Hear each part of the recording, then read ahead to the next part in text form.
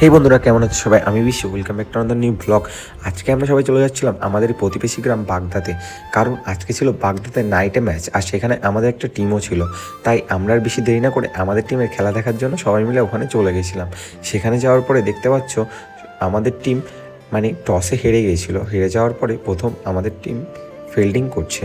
Fielding করার জন্য সবাই রেডি হওয়ার পরে এই দাদাটা বলে গেছিলো।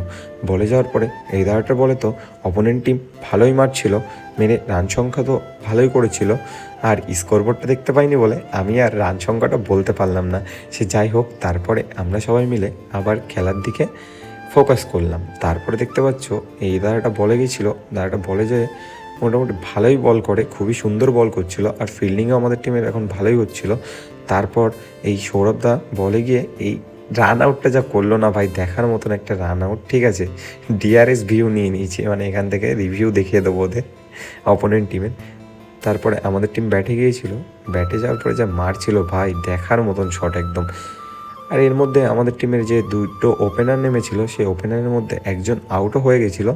সেটা ক্লিপ আমি নিতে ভুলে গেছিলাম। তারপরে এই তারাটা যে ম্যাচটা উইন করে দিয়ে চলে এসেছিলো একদম থালা ফরে রিজনের মতন, একদম যে উইন করে চলে আসলো। তারপরে আমরা বাড়ির দিকে চলে আসলাম। পরের ইনিংসে তোমাকে ভিডিও ওইটুকুই শেষ ছিল, এবার কাপ নিয়ে দেখা হবে।